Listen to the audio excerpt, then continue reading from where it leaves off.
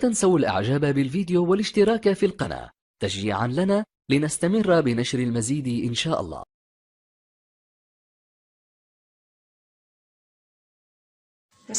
مساء الخير عليكم ضيوفي الحلوين. معاكم من مطبخ هبة الله. احنا ان شاء الله النهاردة معانا وصفة حلوة قوي هنعملها مع بعض. الوصفة دي جميلة جدا. ده جنزبيل فريش حلوة قوي جميل، لكن ده جنزبيل بودرة. طبعا الجنزبيل البودرة ده احنا بنحطه في الاكل، لكن الجنزبيل اللي هو الفريش ده بنجيبه عشان بنشربه، بيبقى حلو قوي وصحي وجميل، وكمان بيساعد على التخسيس. وغير كده حلو كمان للاطفال، يا ريتكم تسقوه للاطفال. هو هيبقى حراق شويه عليهم، تقوم عصره نص ليمونه على الكوبايه، هتحوش الحرقان عشان الاطفال يعني يحبوه كده يعني. واحنا برضو نشرب منه، ممكن تشربيه من غير ليمون وممكن تشربيه كده عادي يعني. وهتقلبيه بمعلقة عسل، معلقة عسل نحل. طبعا احنا جايبينه اهو مع بعض. هقشر معاكم واحدة، هو بيتقشر وبيتبشر، تبشريه بتبشريه. هقشر معاكم واحدة هي.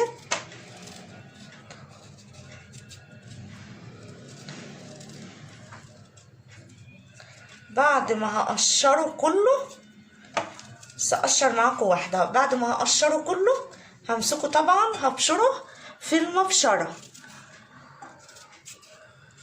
انا بس اوريكم واحدة وبقشرها كده، وهمسكه هعمله في المبشرة. هي حلوين قشرتها اهي. هقشر بقى ده هو وهرجع لكم تاني. ورجعت لكم اهو يا صحابي يا حلوين. رجعت لكم، مسكت قشرت اهوت ماشي، بس انا لسه ما برضاش ان انا اطول عليكم. وهبشره اهو معاكم، بشره كده في المبشره. على فكره ده جميل جدا وفوائده كتير، فوائده حلوه. تعملي مج الصبح وتحليه بمعلقه عسل، تعملي برضو مج قبل ما تنامي بالليل وتحليه بمعلقه عسل زي ما انتوا شايفين كده يا حلوين. انا همسكه ابشره. بعد ما هبشره هروح حطاه في علبه كده بغطا في التلاجة، علبه بغطا او برطمان صغير كده بغطا برضو، حطيه في التلاجة. وحاولي ما تجيبيش منه كتير، يعني هاتي منه قليل كده عشان يبقى طازه طازه. هو موجود يعني، لما يبقى طازه طازه كده يبقى احلى. ده حلو لكم وحلو في التخسيس برضو، له فوائد يعني كتير جدا. جميل، مفروض حاجة زي ديت ما نمنعهاش من البيت خالص. فانا هبشره اهو معاكم، هخلصه وهرجع لكم اوريهولكم بعد ما بشرته. زي ما انتوا شايفين يا حلوين، مكوناته بسيطة جدا. وانا مسكته بشرته اهوت ماشي، وجبت علبة اهو بغطا. زي ما انتوا شايفين كده يا حلوين، بتقوموا جايبين مج ميه وبتقوموا حاطينه يغلي، وتحطوا معاه معلقه. شفتوا معلقه الشاي الصغيره؟ بتاخدوا معلقه من دي بتحطوها على الميه وتسيبوه يقعد يغلي كده شويه، عشان ياخد منه يعني يغلي كده شويه. وبعد كده بتروحي مقلباه بمعلقه عسل نحل. ليكي مزاج تعصري ليمونه اعصري، مالكيش مزاج براحتك، لان زي ما انتوا عارفين طبعا فوائد العسل جميله جدا. والعسل النحل ده برضو ما يتنقلش من اي بيت، وحلو للاطفال.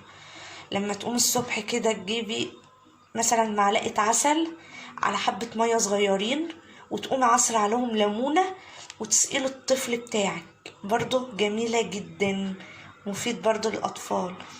على فكره انا عايزه اقول لكم حاجه، انا بحب الاطفال جدا وبخاف عليهم قوي، رغم انا معيش اطفال. ادعوا لي ان انا ربنا يرزقني بالذريه الصالحه. ويا رب ما اكون ان انا طولت عليكم، يا رب يكون الفيديو بتاعي عجبكم النهارده، وما تنسونيش في اللايك والاشتراك وتفعيل الجرس عشان كل حاجه حلوه بنزلها توصل لكم. باي.